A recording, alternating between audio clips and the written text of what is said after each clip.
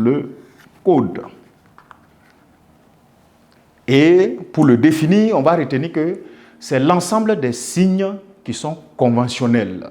Conventionnel, ça veut dire l'émetteur, le récepteur, ils connaissent les principes, les règles de fonctionnement de ces signes-là. D'accord? C'est réciproque entre eux. Voilà pourquoi on va dire que c'est le code, c'est à son tour l'ensemble, n'est-ce pas, des signes, n'est-ce pas? Je vais commencer par dire propre, n'est-ce pas? Ou conventionnel,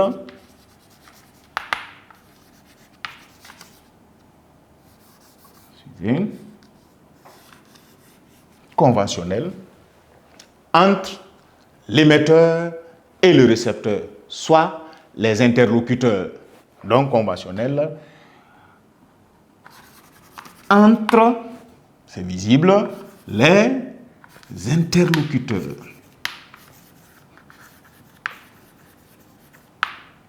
Voilà. Et si nous allons prendre un exemple de code, ça peut être l'alphabet. C'est parce que vous connaissez l'alphabet du français. Voilà pourquoi vous pouvez lire ça et comprendre. C'est un code. C'est parce que vous comprenez peut-être le français, voilà, que vous arrivez à lire ça et de comprendre. Si je donnais le cours en moré, en djoula, pour ceux qui ne peuvent pas lire en djoula, il y a une barrière entre nous, notre communication s'arrête. On ne peut plus communiquer. Donc, c'est cela, n'est-ce pas, le code. Le code, il peut être disponible entre les interlocuteurs, mais, voilà, il faut un moyen pour le faire passer ou pour l'exprimer. C'est en ce moment qu'intervient le cinquième facteur très important, le canal qu'on appelle aussi le médium. Donc vous allez avoir le canal, n'est-ce pas? Je mets une barre oblique, ça veut dire ou, d'accord, le médium.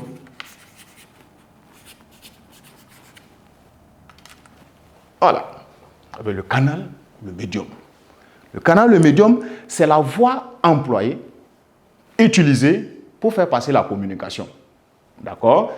Comme son nom même le dit, le canal, c'est le moyen, la voie qu'on emploie pour faire passer la communication. Aussi simple que ça. Donc, nous allons retenir que c'est, n'est-ce pas, c'est le moyen utilisé pour la communication.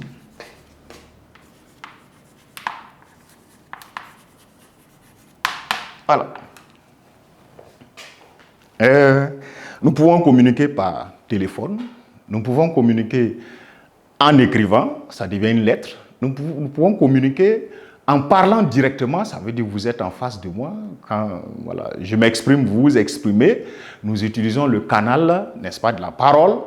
Alors, quand nous sommes loin l'un de l'autre et qu'on ne peut plus se voir, ou si l'on ne peut pas se voir, vous allez vous rendre compte que, n'est-ce pas, on va s'appeler, le téléphone devient le médium, le canal par lequel nous avons établi notre communication. Donc, c'est important de préciser en ce moment, pour le cas du canal, il peut s'agir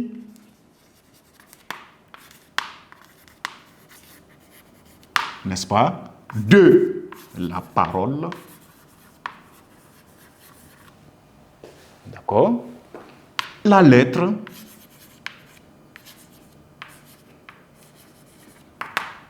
si vous voulez, en ce moment, ça devient par l'écrit, n'est-ce pas, communiquons par écrit, n'est-ce pas, la radio, voilà. Si bien qu'on demande parfois, mais tu as eu cette information à la radio? Les médiums, les canaux sont en train de devenir encore plus nombreux, divers, Facebook, WhatsApp, etc.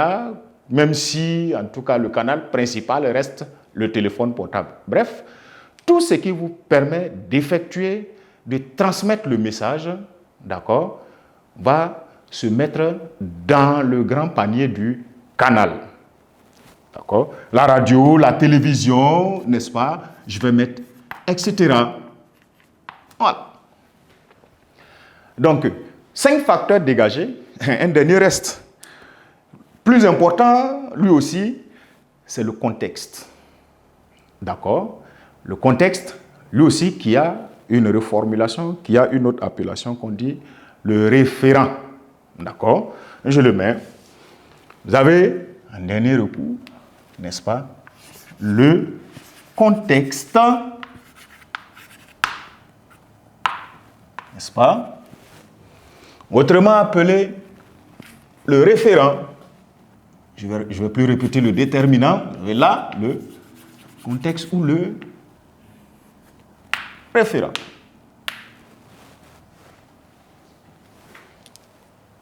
Voilà. Je vais harmoniser mes 2 points dans la même couleur. Bien.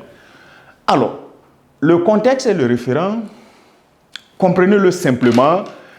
Alors, toute situation de communication, pour comprendre cela facilement, se déroule dans un endroit, par exemple. Voilà. C'est ça le contexte. À un moment précis, dans une circonstance précise, voilà. Donc, si nous commençons à échanger à un moment donné, ça devient de la rigolade. Il y a un contexte qui a prévalu à cela. Si on était en train de parler d'un décès, ce n'est pas évident qu'on se mette à rire tout de suite, parce que j'ai parlé de rigolade.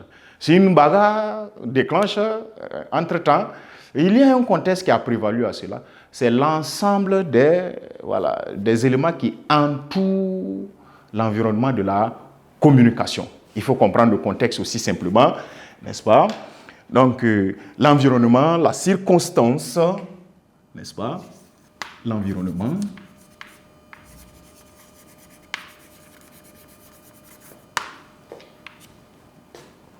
Je dis la circonstance ou les circonstances. Voilà. Qui entoure. Voilà. La communication.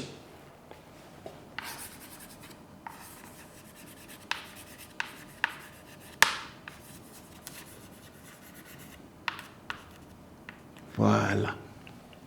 Donc, le contexte peut être un espace, le contexte peut être un moment, le contexte peut être dans le cadre d'une activité, le contexte peut être alors tout ce que vous allez imaginer comme étant entourant le grand domaine de la communication. Il faut le comprendre ici. Alors, si vous enlevez un seul facteur ici, la communication, c'est difficile. Voilà.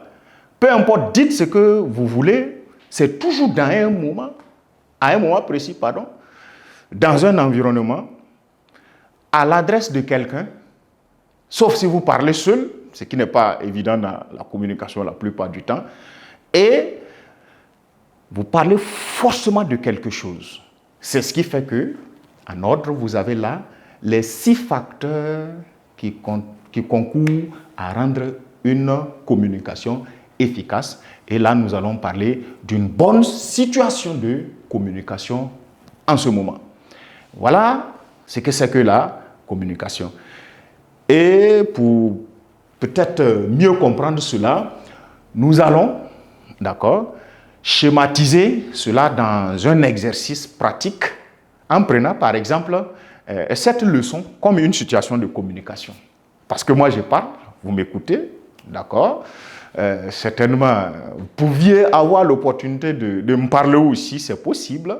Alors, vous voyez qu'il s'établit entre nous déjà un objet, parce qu'on va parler forcément de quelque chose, et parmi ces facteurs, vous allez correspondre à un, moi je vais correspondre à un, n'est-ce pas, le code, le canal, etc. Il aura forcément un équivalent de chacun de ces éléments de la communication là, dans la situation de communication que nous allons tout de suite matérialiser au compte d'un exercice pratique.